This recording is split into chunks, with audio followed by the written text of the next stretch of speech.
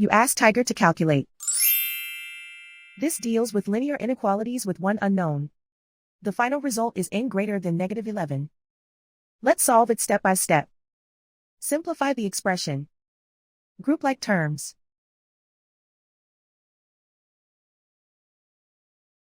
Combine like terms.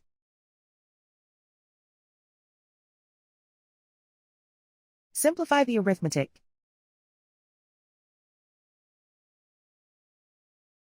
Group all constants on the right side of the inequality.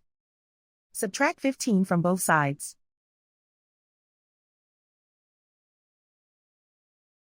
Simplify the arithmetic.